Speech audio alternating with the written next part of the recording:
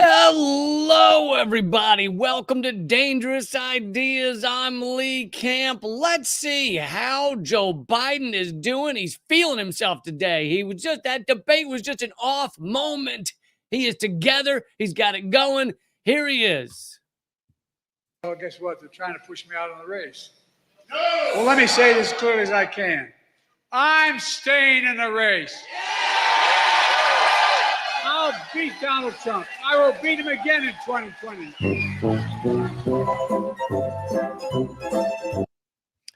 That's right, folks. Joe Biden has promised he will beat Donald Trump again in 2020. He is going to just destroy Donald Trump in 2020. This is very clear that either Joe Biden is brain dead or he is a time traveler. We're still working out what it is that's going on here. He's going to beat Donald Trump again in 2020. So Joe Biden, you guys don't need to be told this again, but I'm going to bring you some videos of his continued interviews, his continued speaking. He is clearly not mentally with it. And the Democrats, many of them are abandoning him. Many of them are jumping like a sinking ship, especially the big donors.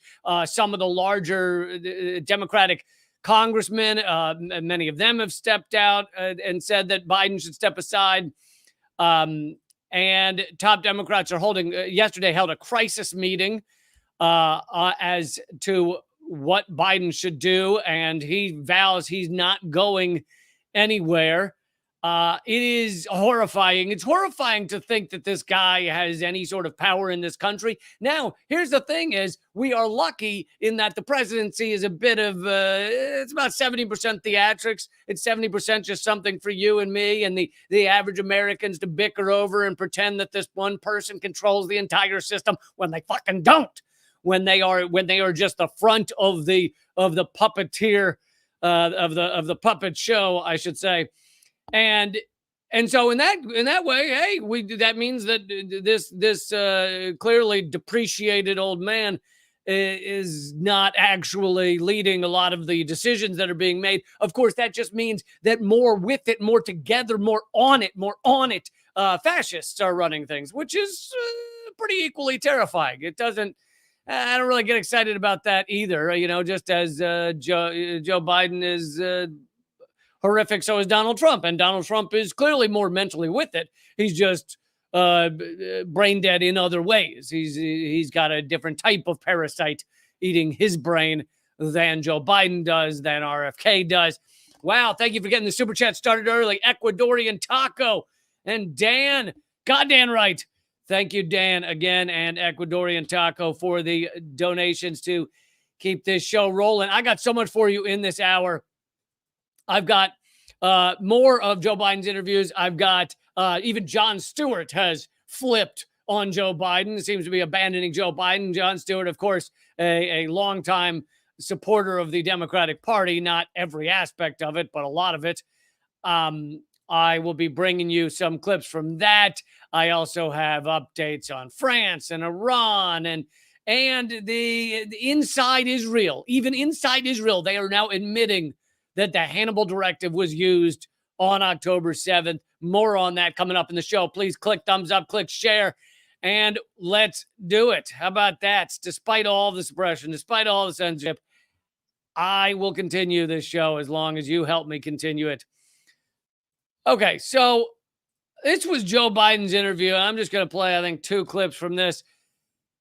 This is Joe Biden's interview with George Stephanopoulos. This is his big interview where he shows that the debate was a fluke, right? That the debate was not how he normally thinks. That he is far more together. He is far more with it. He is far more on it than we saw in that ridiculous debate. And this is supposed to be that interview. Now, here's the thing. I was listening to this interview on fast forward. You play it on like 1.8 speed, and it starts to sound like a normal human speaking. But once you actually slow it down to real time, to the time that the speed that Joe Biden actually speaks, it's pretty horrifying. Anyway, let me just play a clip here. Elections are about the future, not the past. They're about tomorrow, not yesterday. And the question on so many people's minds right now is, can you serve effectively for the next 4 years? George, I'm the guy that put NATO together, the future. No one thought I could expand it. I'm the guy that shut Putin down. No one thought could happen. I'm the guy that put together the South Pacific Initiative with AUKUS. I'm the guy that got 50 nations, out, not only in Europe, outside of Europe as well, to help Ukraine. So I'll play a little more, but just in that part, he was asked, what are you going to do for the future? Elections are about the future. What are you going to do for Americans in their future? And if you are an average American, what are you thinking you'd like to see a president or presidential candidate say they're going to do for your future? Joe Biden's response, moderately comprehensible. Joe Biden's response was, I have created wars, I have created wars, I have created wars, and I have created wars. That was his response. If you actually simplify it, if you actually reduce it down, he said, I expanded NATO. NATO is a war-making entity. That is what it is. It is a war-making pact between nations. And of course, NATO is part and parcel to this proxy war in Ukraine. He said, I stopped Putin, which of course is utterly false. So there's that. How exactly have you stopped Putin, Joe Biden? In fact, Russia's economy, I think, is doing better than ever before. It's certainly not struggling like you thought the proxy war was going to achieve with Russia. So he says he stopped Putin, which is a lie. But even if it were the truth, it'd be more war. I created more war. He then says, I created more. I've created or pushed for war in Asian countries, meaning defense pacts there, war-making pacts there in Asian countries. He then goes on to say, and I'll play it right now, I got Japan to expand their military budget. So basically, Joe Biden was asked, what are you going to do for the future of Americans in this election? It's about the future. What are you going to do for the future? And he said, I'm going to get more people killed. I've created wars and I'll create more. That was his answer. If you actually look at what's being said. I'm the guy that got Japanese to expand their budget. He means military. So, I mean, and for example, when I decided we used to have 40% of the computer chip, and we invented the chip, that little chip for the computer chip. It's in everything from cell phone to weapons. And so we used to have 40%, we're down to virtually nothing. So I get in the plane against the advice of everybody, and I fly to South Korea. I convinced them to invest in the United States, billions of dollars. Now we have tens of billions of dollars being invested in the United States, making us back in a position where we're going to own that industry. So he switches to talking about microchips, which even if what he was saying was cogent, even if what he was saying was really intelligent right there. Again, could you imagine if, presidential campaign, what are you going to do for the future of Americans? This is about the future. This is about Americans. What are you going to do for the future? I got microchips. I got computer chips. What? That doesn't, like, is any American being like, I got to vote for that? He got computer chips. No one cares. On top of that, that's when he's making sense, which is about half the time. I mean, but yet again, this is someone who's not able really to keep the threads, to connect his thought threads as one. I don't know if I'm mixing my metaphors. Maybe that shows how my brain is decreasing as well, such as my search right there for the word decreasing. But that being said, it is so like so horrific to see the so-called leader of the free world. Of course, that is incredibly offensive, that phrase. But to see that man go, the chips, and he held out his finger and then measured his finger, chips, is terrifying. And his initial answer to what are you going to do for the future for Americans was war. I'm going to blow things up. Now, here's the thing, is Donald Trump wouldn't do it different. But Donald Trump could answer that question in a way that Americans would understand. And Donald Trump would probably be smart enough to know that the answer of what you're going to do in the future for Americans is not war, more war. It's so maddening Now, luckily, I don't have much of a dog in this race because I believe, and I think a lot of you do, that these two parties are the part of the same shit show. It is two sides of the same dog turd.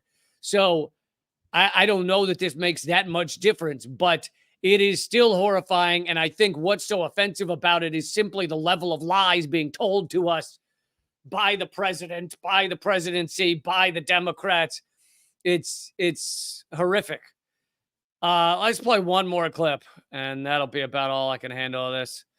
And again, this is his big. I didn't have it together during the debate, but now, man, am I on it?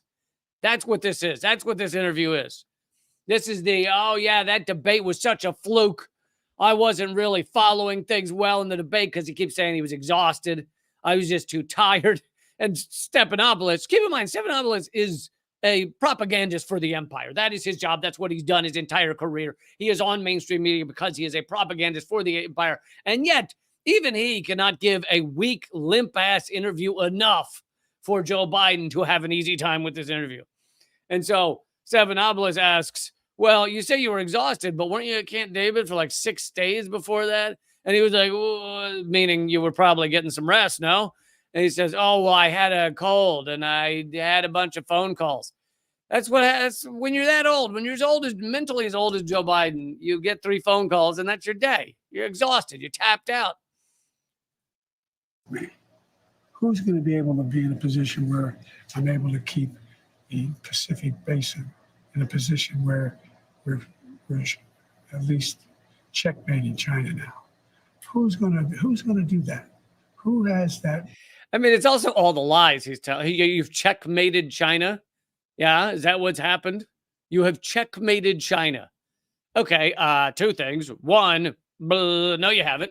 And 2, why are you checkmating China? China is one of the most powerful and massive countries in the world. Shouldn't we work with them, especially when we're facing an existential fucking crisis with climate change? Shouldn't we be working with China to try and make a livable future? To try, and again, it's not just climate crisis, it's all of the environmental destruction. We're knocking down all the forests, killing all the fish, killing all the animals, killing all the bugs, and the bugs are what the fish and the animals eat. Shouldn't we want to work together with them? Oh, no, we want to checkmate them, do we? Well, also, you're lying. You have not checkmated anything. Reach. Who knows all these? We're going to have, I guess, a good way to judge me is you're going to have now the NATO conference here in the United States next week. Come listen. See what they say. Mr. President, thanks for your time. Thank you. ABC. It's so insane that they're continuing to pretend that this guy is anything. That this isn't like you run out of things to say for how horrific this is. Of course, it's horrific on the other side as well. Donald Trump's plans for when he wins. Obviously, he will win if Biden continues to be the candidate. Now, I don't know what candidate they would replace Biden with that could actually beat Donald Trump.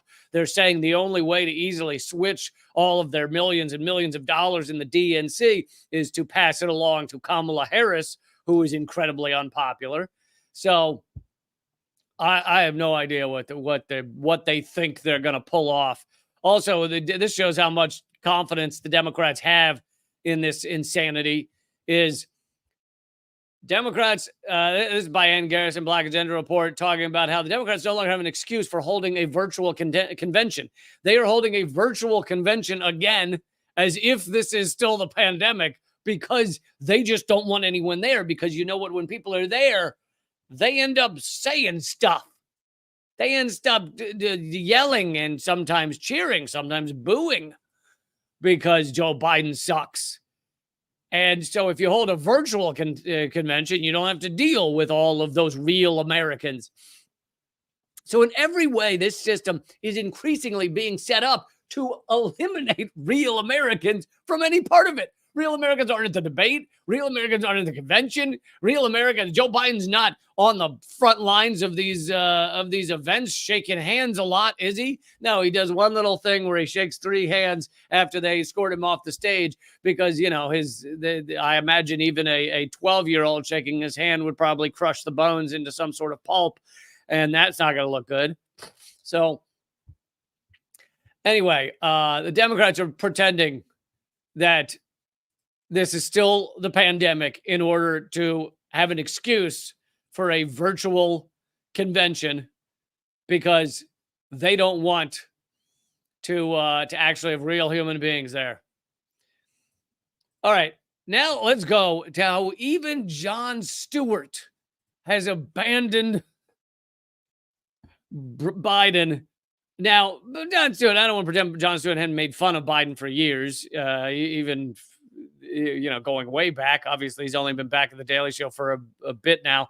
But, yes, he's been making fun of Biden plenty. But this seems like he's done. This is a pro-Democrat guy. This is a guy who largely does not, dig beneath kind of the Democrat-Republican duopoly. He doesn't usually dig much deeper, occasionally a little bit here and there. But his job, even though he is critical of them, his job is still to say, these are the two sides. These are your options.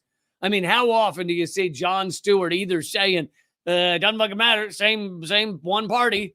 He doesn't say that. And he also, how often do you hear him saying, third parties? Wow, Jill Stein's got a lot of great things on her platform. Wow, Cornel West has a lot of great things on his platform. Wow, Claudia De La Cruz has a lot of great things on her platform. Wow, the rock I found in my front yard has a lot of great things on his platform. Now, he may have one of them on once on the show, but that's different than actually touting these things, actually raising these important points.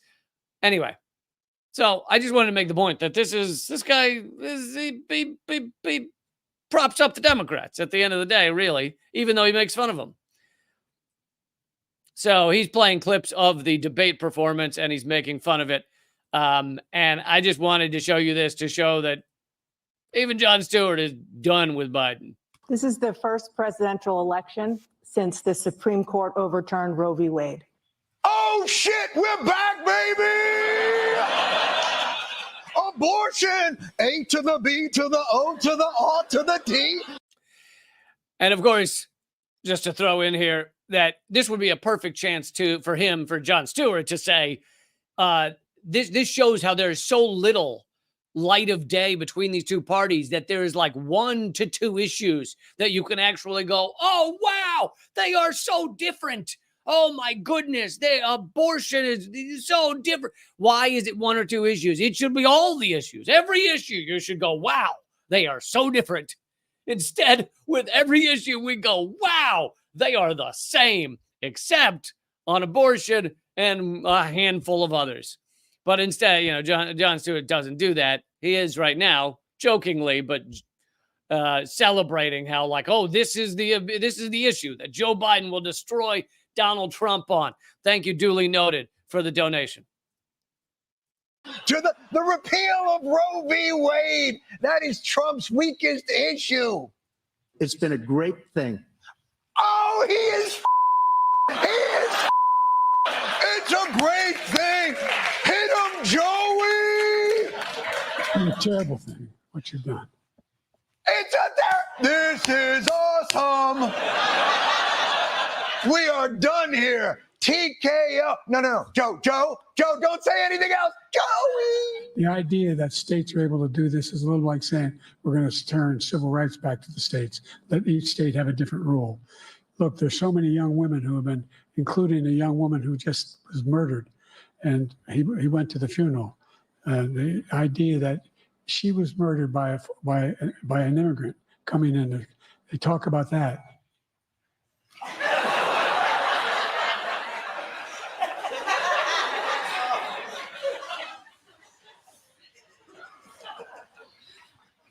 Did you just immigration abortion? Hey, I know abortion's one of our strongest issues, but let me for a moment talk about immigrants killing and raping people. It's one of our weakest. Folks. So I just wanted to show you that even Jon Stewart is obliterating Biden. Even people that have you'd think would never back down from saying Biden is absolutely the candidate. He will run. He will win this election. He will, as Biden says, he will win in 2020. So I can't wait to see that happen again, I guess. But then, of course, there are also my criticisms of Jon Stewart. That right there would be another perfect point for Jon Stewart to go, oh, immigrants killing and raping people. Wow. Statistically speaking, immigrants far less likely to kill and rape people. If you actually look at the numbers, the undocumented immigrants that are caught killing and raping is a far lower percentage than those who are citizens of America. What? How could that be? And I mean per capita percentage. I don't mean per actual number percentage, because obviously there would be fewer of that. But anyway, that would be a great chance for Stewart to throw in that. Instead, he leaves it at like, oh, we, meaning Democrats, because he considers himself a Democrat, we have no ability to refute the fact that undocumented immigrants are just killing and raping all over the place. No, they're absolutely not. And in this clip, he's maybe accidentally, if you want to give him the benefit of the doubt, accidentally furthering that lie, one of the many told about immigrants. There's a million other things you could say, such as the fact that we are a nation of immigrants and that we are the percentage of immigrants in this country and coming to this country has been somewhere between 10 and 15% for nearly the entirety of our existence as a country. We have had between 10 to 15% immigrants every year, and that has not changed yet. Now, oh my God, they're different colors. It used to be that they were Italians and Irish, and when those were the immigrants, at least they were the same colors, even though we hated them. Oh, did we hate them? And when you say we, generally everybody saying we is actually also descended from immigrants in this country. If you go back just a generation or two. So everybody gets into this country and then turns around and says, slam the door behind me. That's what people do. Anyway, he could throw in some notes like that, but at the moment, he's too busy furthering some of that bullshit. But my point was actually not largely to criticize Jon Stewart. It was to say that even Jon Stewart, even Democrats, even Mark Warner, Mr. Democraty McDemocrat, has said that Joe Biden should step aside. Biden is being abandoned because he is it's so. Here's the thing. I am in the awkward position of going, wow, this guy is a fraction of his old self. He is a fraction of his mental capacity that he used to have. And yet, what's awkward about that is when he had all of the things still ticking, when all of the hamsters were still running the wheels, I hated all of the things he said then. I hated what he had to say. I hated what he did back when those things were still going around. So maybe a dilapidated mental capacity is a better thing here. Of course, it just means that these sociopathic decisions that are being made by our ruling elite are just being made by other people instead of him. But they were probably being made by other people instead of him a lot of the time anyway. All right. Well, I just want to read this quote. I just saw it on Instagram, and it perfectly sums up. I mean, it sums up my growth over the years in my understanding of the two-party system. But it also, I think, sums up a lot of people. How you kind of start out when you're younger and how you end up if you actually study and keep reading up and keep learning about what these monsters are actually doing, what these parasites are actually doing. The quote, and they don't say, the Post doesn't say where the quote came from, but for a long time, I thought the Democrats were fighting valiantly, but just overwhelmed by the oligarchy and the Republicans. That was me in like 2006, 7. Going into 2008, I was in my 20s. The quote continues. Then I saw that the Democrats keep losing fights they should win and figured they must just be weak and ineffectual. Then I kept seeing them backing off without putting up any fight at all and decided they were gutless cowards. Finally, I noticed that enough of them keep voting with the Republicans to always ensure that the Republicans more or less win almost every single fight, and that they start by bargaining from the center position and moving right. And eventually, after enough of that, it became impossible to ignore the only conclusion that actually fits the facts. The Democrats are not overmatched. They aren't weak. They aren't cowards. They're complicit. We get to the end point. They are complicit. They are part of it. It is one party. This is the show. This is the theatrics.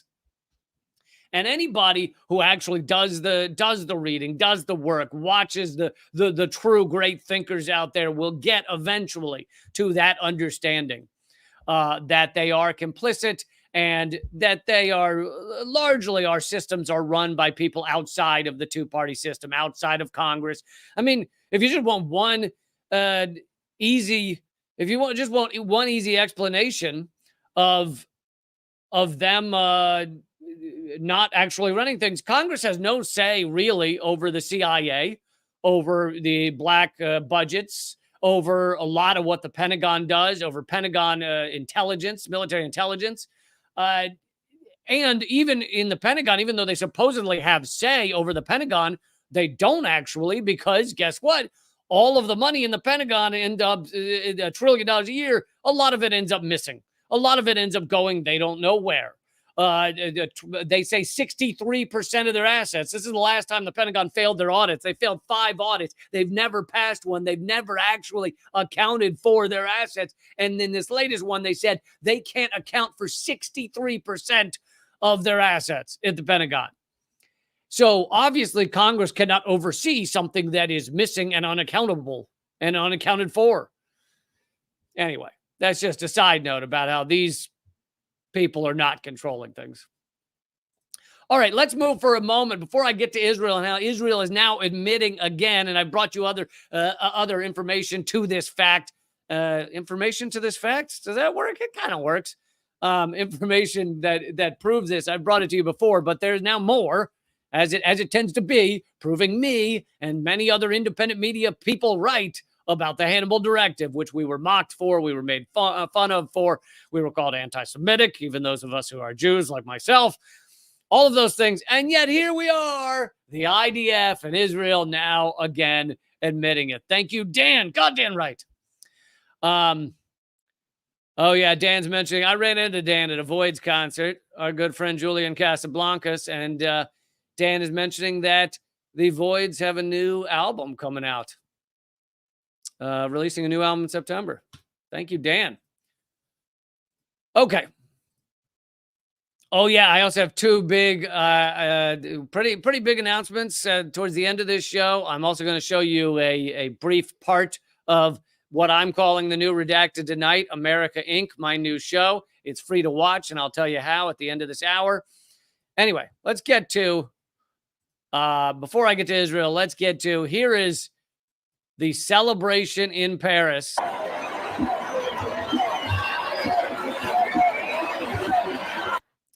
The celebration in Paris as the left wing, they're at least the mainstream media is calling them leftists. I don't know enough about Parisian politicians, French politicians, to tell you how left wing they actually are. But you know, you guys can debate that if you have more information.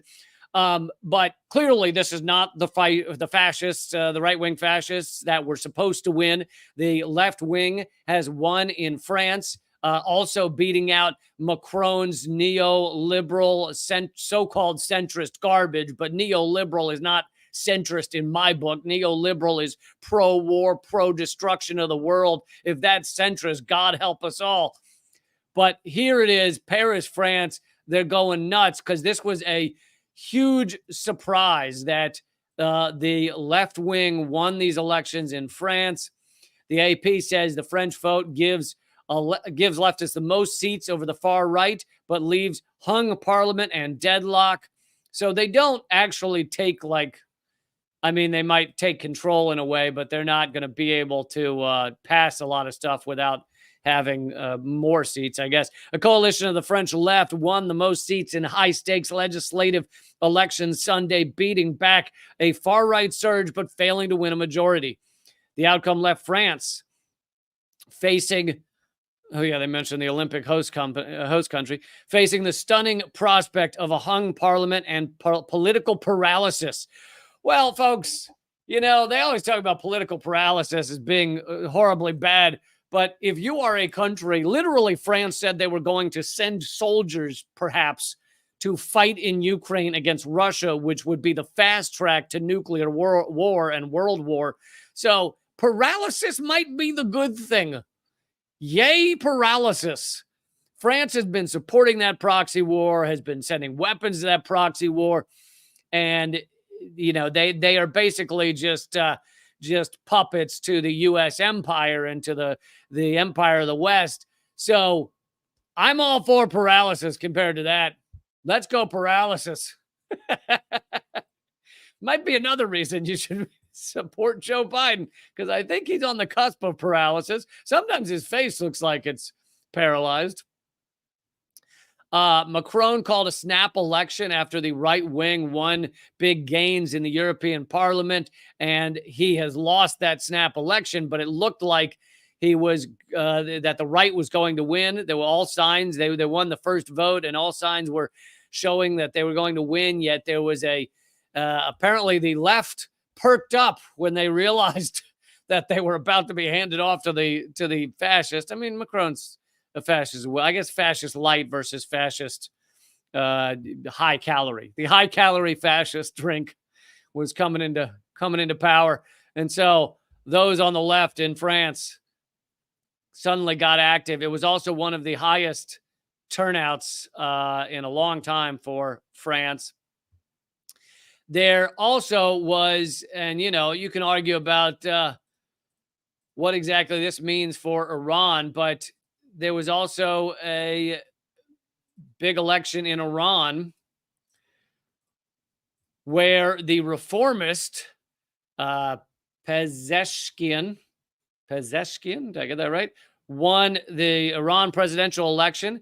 Now, let's remember, and I that it seems fairly likely. I'm sorry to laugh, but this is the type of thing that gets left out of your mainstream media. Let's remember that the reason there was a presidential election in Iran is probably because either Israel or the U.S. or Israel backed by the U.S.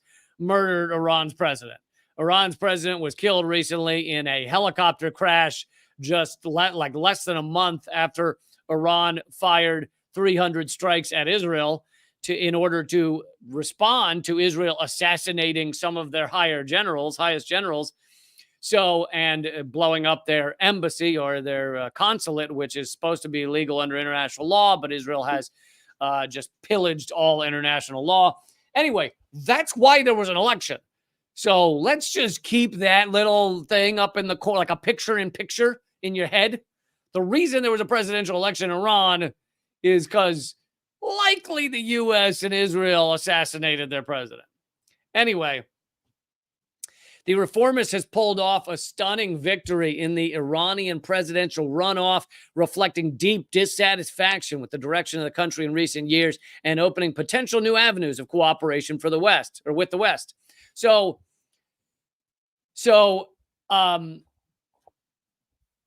this could be a good thing, obviously, if Iran and the U.S. are backed away from the brink of war. So I support that. Anything that gets us farther away from war or the brink of war is something I support. And, you know, it obviously could be a good thing for a lot of the people inside Iran to have a more moderate, more reformist government. So I'm not pointing, you know, I'm not saying anything negative about that. I do wonder, though, what has been part of a problem with reformists in Iran is sometimes they think they can work with the United States. So they then start signing agreements with the United States that the U.S. has no desire or plan to keep to. the U.S. is just always trying to figure out how to coup Iran, how to bring down their country, how to create a failed state in Iran, despite it being very large and very powerful, and of course, a kingdom that has lasted thousands of years. And that type of thing worries me. Is the reformist who thinks they're going to work with the U.S. and have it mean good things for Iran. That has never been proven in the past.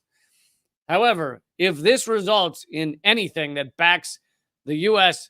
and Israel away from war with Iran, then I'm for that, because it will mean a lot less killing, a lot less innocent people dying at the hands of this completely bloodthirsty, disgusting, absolutely disgusting, parasitic vulture heaven that is Israel and the U.S. It says, the article says, a final turnout of 49.8%, a big increase on the record low turnout of 39% in the first round of voting. In the first round, Pezeshkian came on top, defeating 3 conservative rivals. So who knows where that will go. Thank you, Less Than Jess, for the donation. You guys make this show possible. I am trying to, to keep positive and keep fighting despite all of the suppression. And I'll tell you, one of the things that's most infuriating about suppression, I probably shouldn't say this because, if they're watching, then they're going to know that they're getting to me. So I probably shouldn't say this, but I don't think the CIA watches this show. If they do, I feel bad for them because, it's gotta just be really disheartening for them. That's not what I was gonna say. What I was gonna say is, what's disheartening is,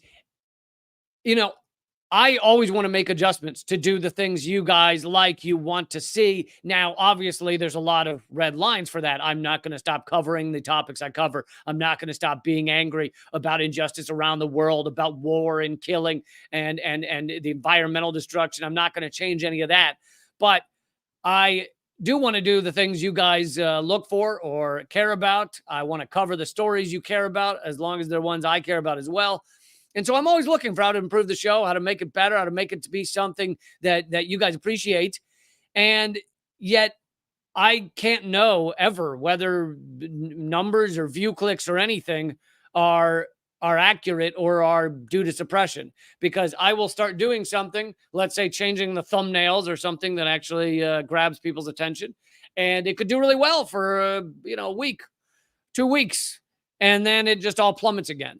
And a lot of this has to do with suppression. A lot of this has to do with just algorithmic suppression, but it's tough for me to know how to craft this show to be something that you guys really appreciate. Like I said, that doesn't mean I'm going to change who I am or my personality or my anger, my righteous anger about these issues. But there are other things, such as the style of a thumbnail, which I don't give a shit about, as long as it's something that people want to see. Sure. Anyway, Revolution says the CIA is obviously stealing my jokes. That's quite possible. That is quite possible. I have heard a lot of solid chuckles coming out of the CIA buildings, and I believe it may be my material.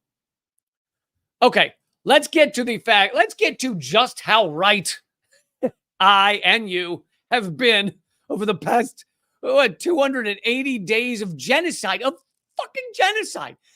How could genocide be normalized? It's insane. By the way, I didn't even put it as a story, but Sweden and Finland just made it illegal to deny the Holocaust, to deny that the Holocaust happened, to deny or talk or even doubt the Holocaust. They made it illegal and punishable with up to 2 years in prison. And my question to them is, which Holocaust? Which one are you talking about? Which genocide are you talking about? Talking about World War II? Or are you talking about right now? I have a funny feeling I know which one you're talking about. But you see what's going on here is you Sweden and Finland don't seem to appreciate that there's now another large-scale genocide. I mean, there's been others, but this one is being done by some of the descendants of the people who were in the World War II genocide. Anyway. Thank you, Christy, for the donation. Appreciate it. Keep fighting. Okay, so some of the things that we've been proven right about. Here's another one that has yet again, and this is the first time, I say yet again, but this is the first time by a large, respected medical journal. This is the Lancet Medical Journal. This is perhaps the most respected medical journal in the Western world. And they don't put out articles like this willy-nilly. This is not, hey, we got a guest columnist. Who knows what the hell they're saying? Here it is.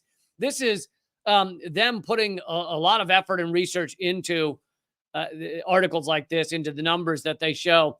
And here's what they are saying. They give a detailed analysis of counting the dead in Gaza since October 7th, counting the dead due to this Israeli genocide. And they say 37,396 people have been killed in the Gaza Strip since the attack by Hamas in October 2023, according to the Gaza Health Ministry. Now, hold on.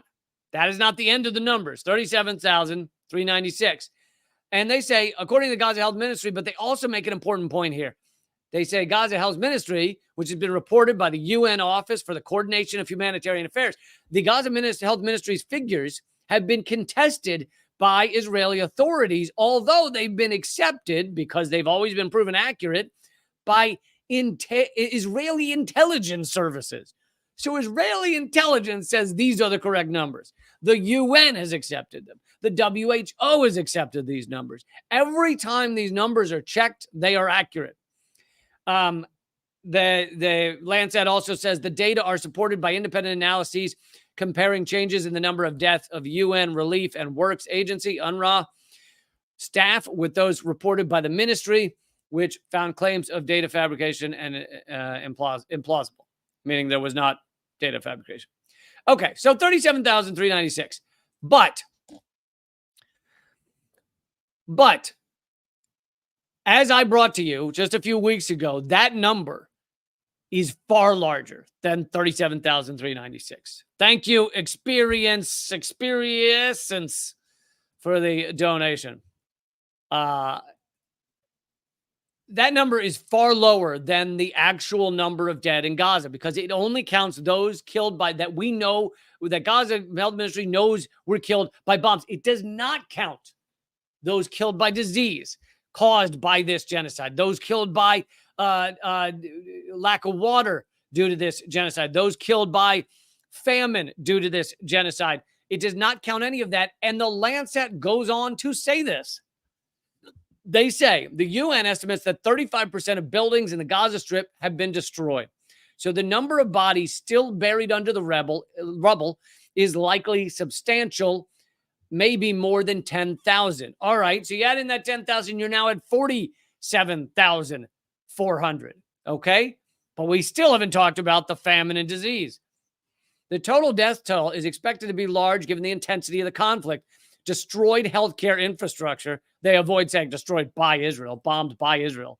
But severe shortages of food, water, and shelter, the population's inability to flee to safe places, and the loss of funding to UNRWA, one of the few humanitarian organizations. In recent conflicts, such indirect deaths range from 3 to 15 times the number of direct deaths. So what they're doing here, and I'll get to what number they say is more accurate, but what they're doing here is you look at other conflicts, you look at what we did in Iraq, you look at what we did in what we're doing in Ukraine, you look at what we did in Afghanistan, you look at what we did in Libya, and we know that the indirect deaths, meaning not hit by a bomb, is somewhere between 3 and 15 times as much as the direct deaths.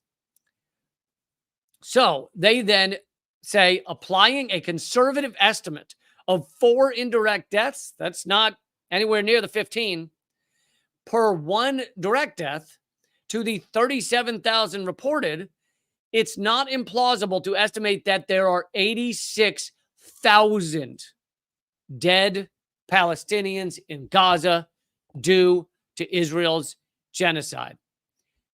180,000.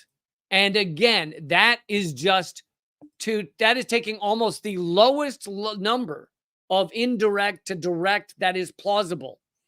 if you were to do 15 times, and I know good with the mathies, so I'm going to type it in. If you were to do the top side of the indirect deaths and look at that number, it would mean that there are, because they said in some conflicts it's 15 times indirect to direct deaths.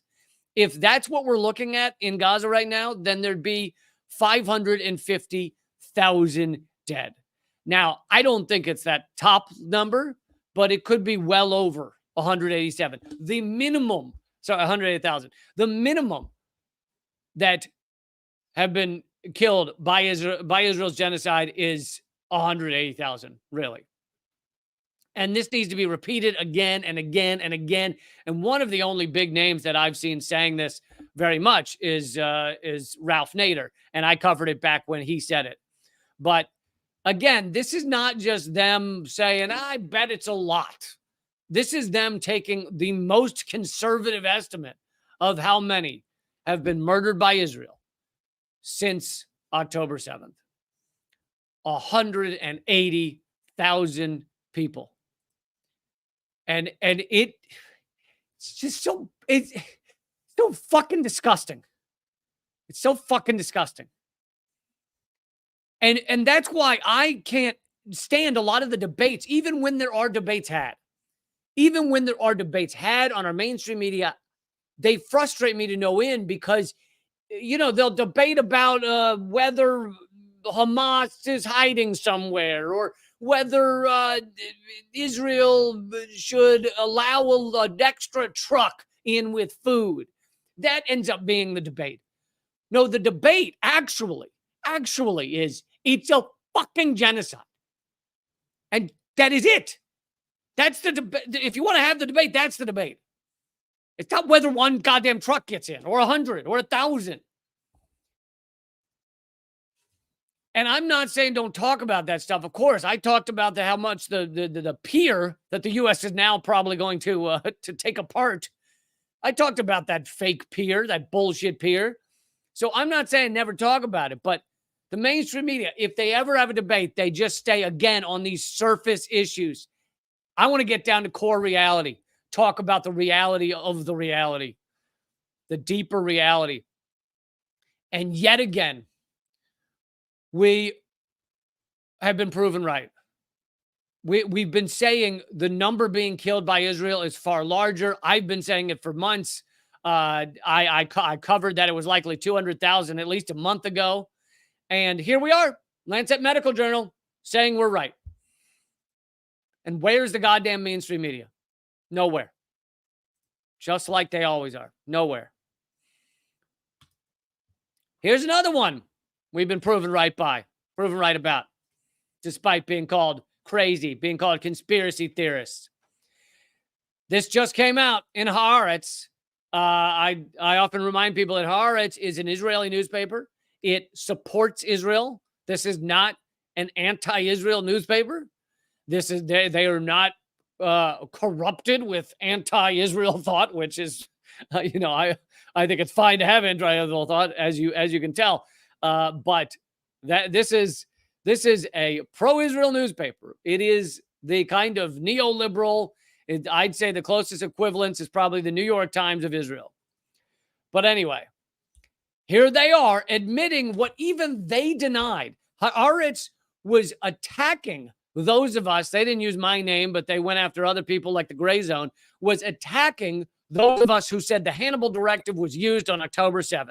The Hannibal Directive, many of you know, is a directive that Israel has in which they tell their military to murder everyone. They tell the military to murder everyone when hostages are being taken. That is the directive. And here is Haaretz, that has criticized us, that has called us conspiracy theorists. Here they are admitting it. They say IDF ordered Hannibal Directive on October 7th to prevent Hamas taking soldiers captive. The reason doesn't matter. It's morally repulsive. The reason doesn't matter.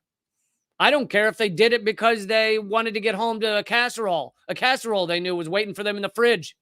I don't care why they did it. The idea of you just murder everyone, innocent civilians all over the place, in order to stop some hostages being taken is morally bankrupt, as we know Israel is.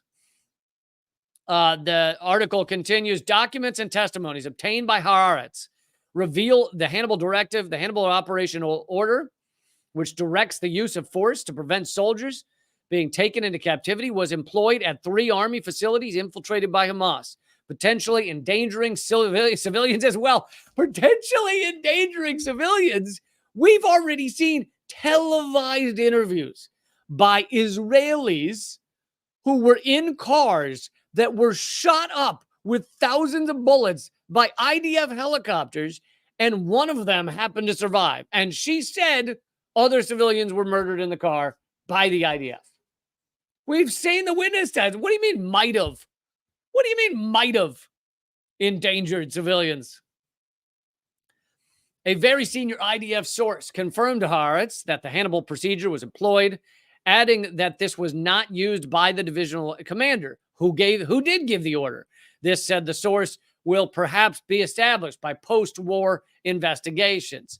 So clearly it came from perhaps even the highest levels of Israel. I assume the highest levels. Something else that Haaretz had made fun of, which has been yet roundly reported, is that Israel knew about October 7th. They might not have known the exact date, but they knew it was going to happen. The training videos, some of them were posted online for anyone to see.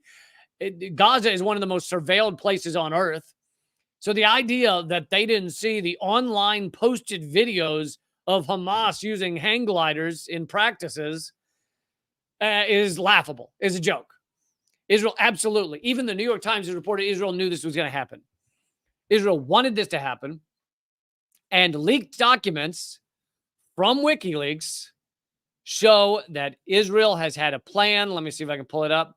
Has had a plan to clear out Gaza since at least 2023. Now, that's when the leaked documents are from, but they've likely had this plan for far longer than that. But anyway, I'll get to that. I'll get to the leak from WikiLeaks in just a second. Hannibal at Erez came the command. That was the quote, the command over the radio from divisional headquarters. Dispatch a Zik or a Zeke. The Zeke is an unmanned assault drone, and the meaning of this commander was clear. Hannibal at Erez, an assault on the crossing and the base, just so that no more soldiers be taken. Such commands were given later as well. So literally over the radio, they sent commands saying, Hannibal, use Hannibal, kill everyone. We know it's been proven. And yet we're called conspiracy theorists. George Galloway was on Piers Morgan, and I showed the clip last week, and he brought up the Hannibal Directive. And Piers Morgan, who has been pumping out pro-Israel propaganda, said, I've never heard of that. What is that? Had no idea what the Hannibal Directive was. And this is the level of information that someone like Piers Morgan has. Information obtained by Haaretz and confirmed by the Army shows, so the IDF has admitted this, shows that throughout that morning, Hannibal procedure was employed at 2 other locations penetrated by terrorists. That's what Haaretz calls Hamas.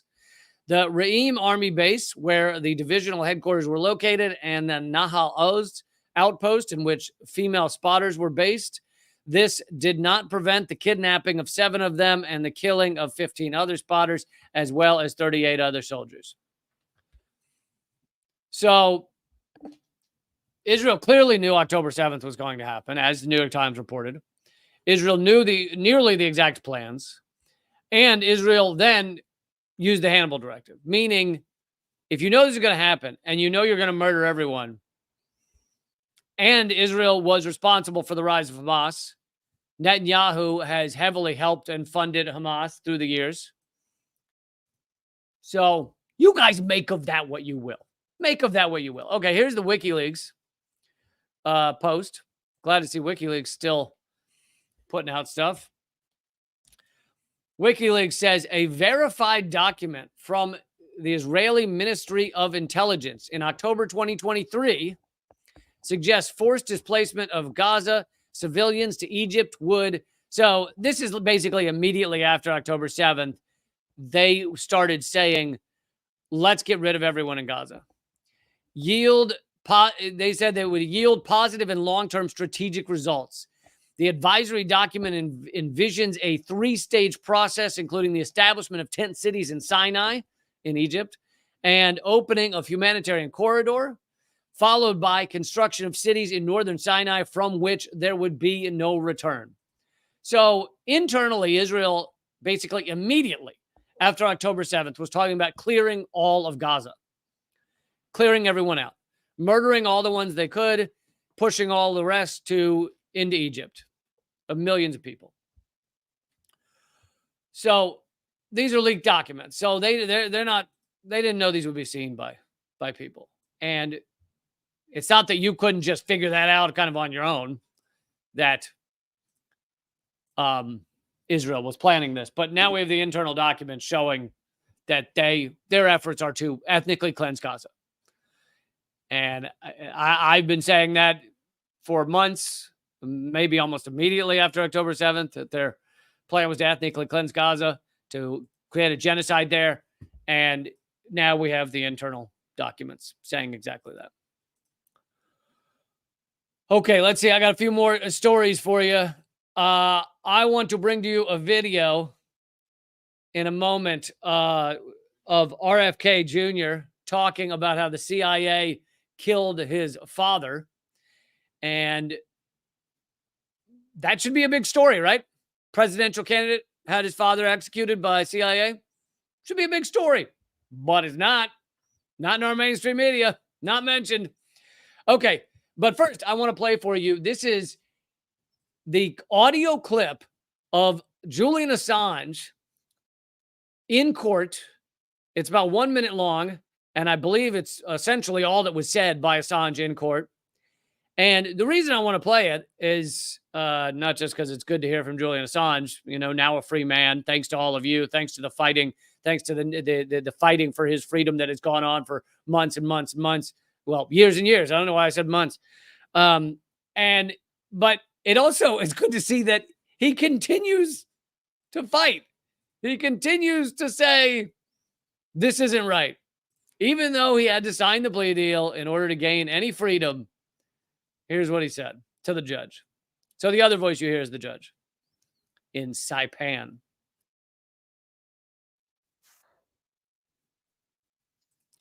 So even though he's already signed the plea deal, she asks him what it is. What did you do to get charged for this crime?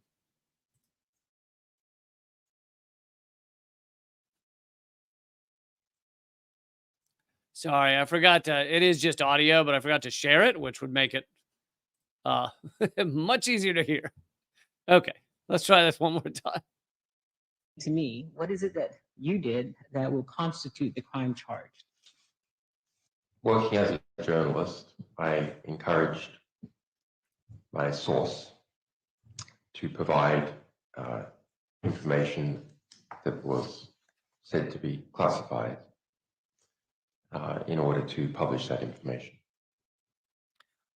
So he said, as a journalist, I encouraged my source to reveal information that was classified.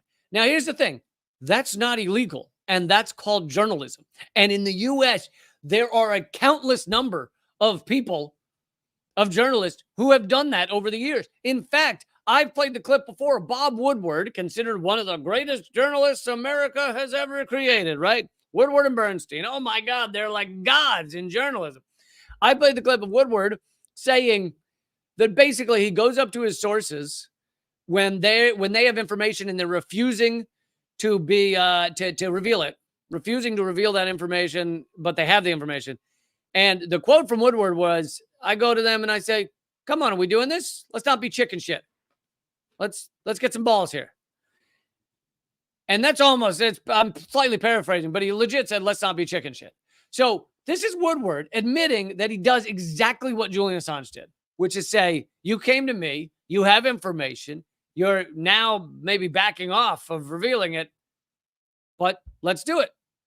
That's not illegal. That's journalism. Thank you, Scotland's Gold, for the donation, for the super chat. Really appreciate it. By the way, if you're not watching this live, you can also donate on YouTube. You can click it's like a heart or a thanks or something, and you can donate to the channel here. You can also click join to become a member. But the real place I want you to become a member is leecamp.net. But anyway, I'll talk about that later. Thank you, Scotland's Gold.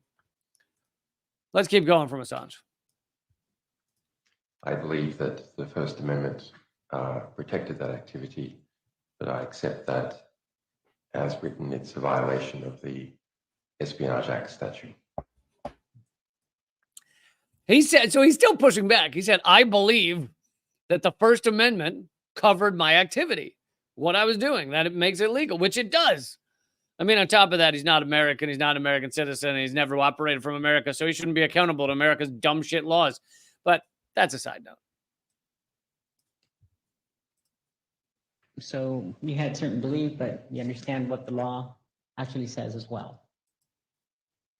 I believe the First Amendment and the Espionage Act are in contradiction with each other, but I accept that that it would be difficult to win such a case given all the circumstances. If you really think about what he said, even in the midst of this, even after 12 years of torture, 14 if you count the house arrest. Thank you, Tony Clifton. If you count like 12 years of torture, this man is still basically saying in the courtroom, as he's forced to sign this plea deal to ever get his freedom again, he still says the Espionage Act and the First Amendment contradict each other. Basically, your dumb law, the Espionage Act, it completely is up against the freedom of speech and freedom of press. That's what he just said. And his final conclusion, she's trying to get him to say, oh, I did wrong. And instead, his final sentence there is, I realized that I wouldn't be able to win this case. And I think the subtext of what he didn't say is because the courts are rigged against me, because it's a kangaroo court in Britain and the US. So it is. Thank you, Sherry, for the donation. Solidarity. So even after all of this, Julian Assange still standing strong about as much as he could, and in order to get his freedom. I mean, he had to sign that plea deal. They were going to torture him the rest of his life. And of course, it's horrible for journalism. But I'd say he's given us a lot in this world, given us a lot of information, a lot of information we can use to fight back against the sociopaths at the top. And he deserves his freedom. Okay, I'm running out of time, so I want to bring you this clip, which should be bigger news. But of course, you understand how the mainstream media works.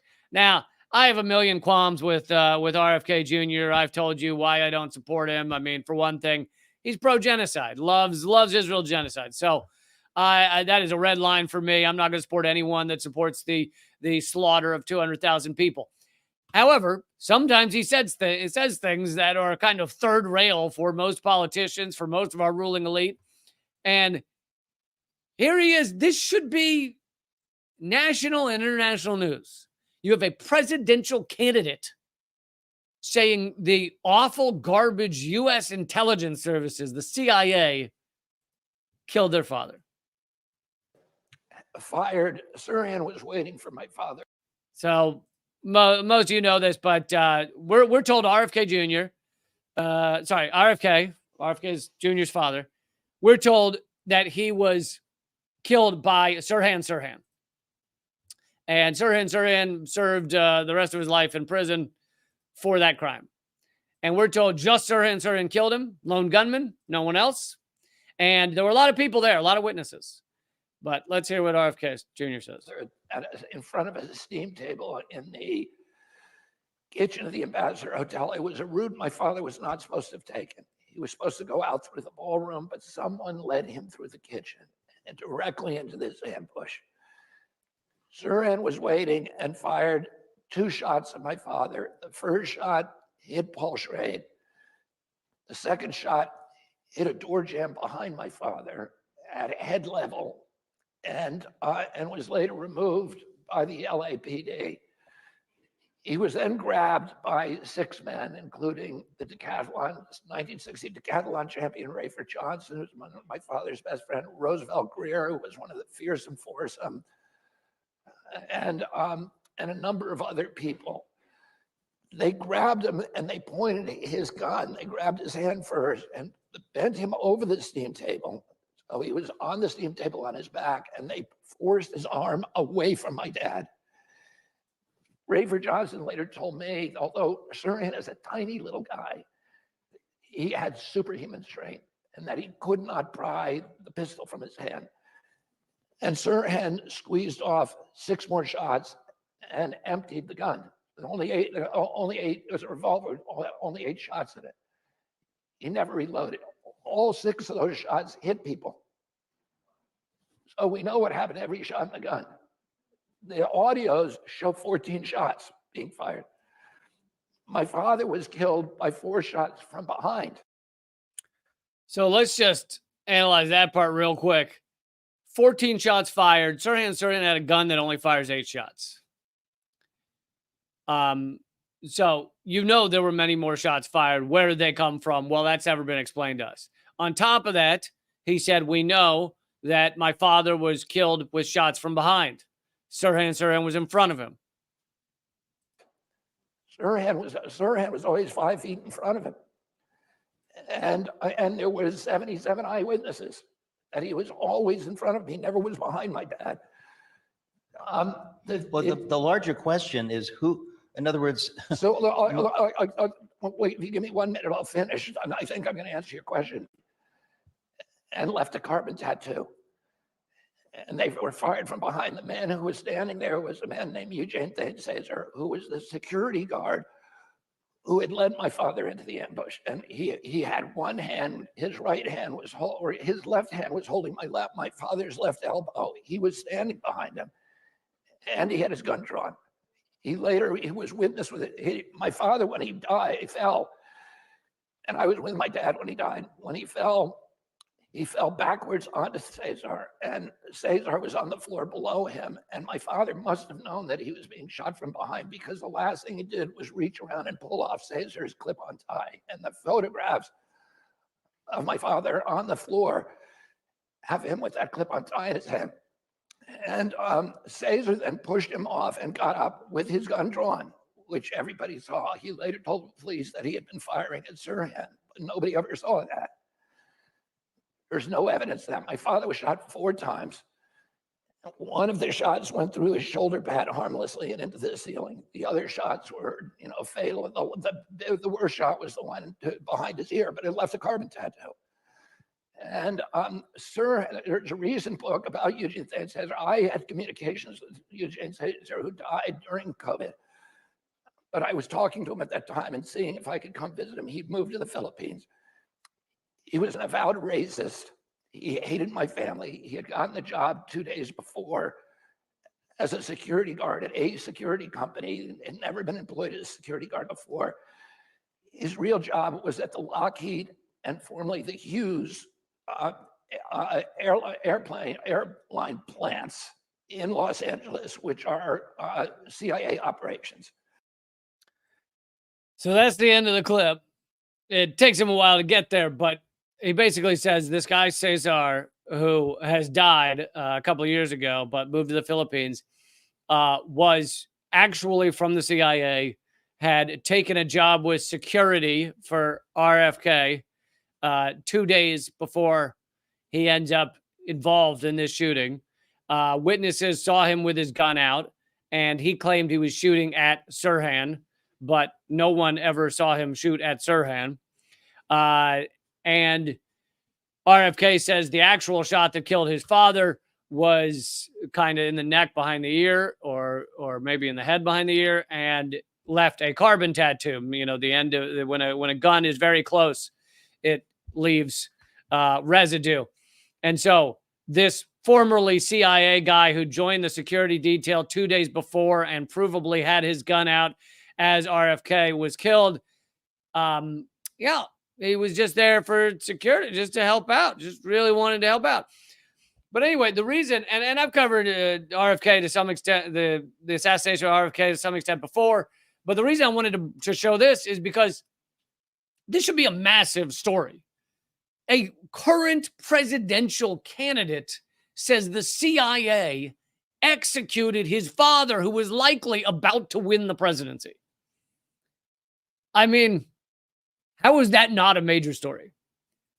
Thank you, Landro, for the huge donation. Really, Landrew, really appreciate it. Solidarity.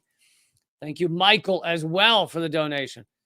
This should be a massive story. But on top of that, RFK is very weird on the topic of the CIA because he will also say in other interviews that the CIA is almost all good people doing a wonderful job, and his niece is CIA, and he loves the CIA. So I don't know what to make of that.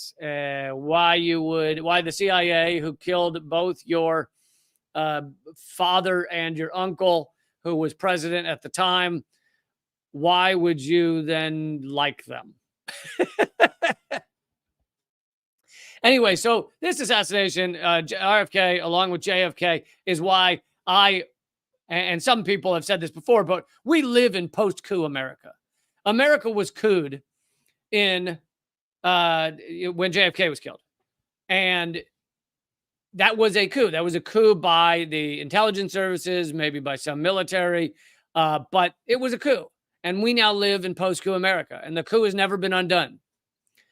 The leadership of the United States has never been given back to the people since then. It doesn't mean every president prior to JFK was not working for the ruling elite. I'm not saying that, but we definitely now live in post-coup America and continue to.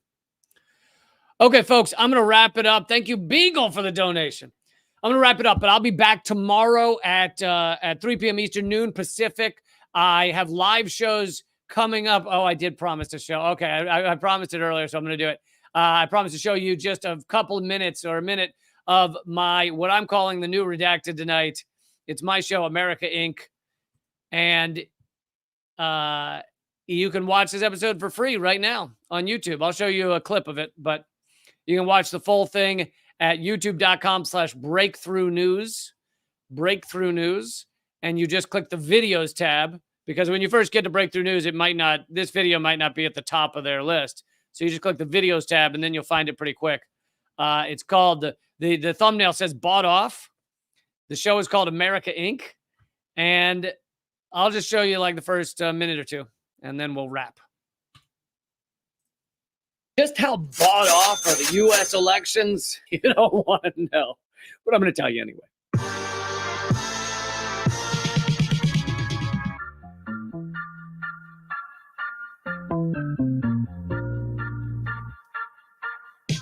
The truth about how bought off our elections are is one of those things where once you see it, you can't unsee it. It's like the Matrix or your mom kissing your stepdad. That strange man who always walks around in his pajamas and watches Fox News intensely, even during the commercials. What is that? No country spends anywhere near the amount the U.S. spends on elections. The last election cost $14.4 billion. That's like 5 avatars worth. In the near future, everything will be measured in avatars, including severe depression. Doctor, I'm bluer than 3 avatars and a Smurf. Do you have pills? Oh, no, I'm not in the group yet. No, I'm afraid I just blew myself. Anyway, $14.4 billion is an insane amount of money. And a lot of that came from billionaires who wield unbelievable power to decide who runs our country. The top 10 donors of the 2 main parties donated $1.2 billion. On top of that, almost $1 billion of the 14.4 came from outside interest groups who don't disclose who their funders are. It's all a big secret, like my extramarital affair with the 3 Musketeers. That's right. I had a 4-way with a candy bar. Love is blind and sticky and filled with nougat for some reason. But how much? Okay. I will wrap it there, but you can get it at here. I'm going to put the link in the comments. If it's not showing up on your comment thread, then just go to youtube.com/breakthrough news.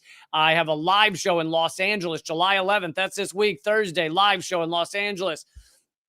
July 11th, Thursday. And you can get tickets at leecamp.com. Click the schedule tab. But I'll be back tomorrow. Join me for another hour then. And if you're in LA, I don't get to perform live much. So this is it. This is the one for probably for a couple years or more. So I hope you will come out July 11th, Thursday, Los Angeles. And yeah, I won't have live streams Wednesday, Thursday, or Friday this week because I have to travel for that trip.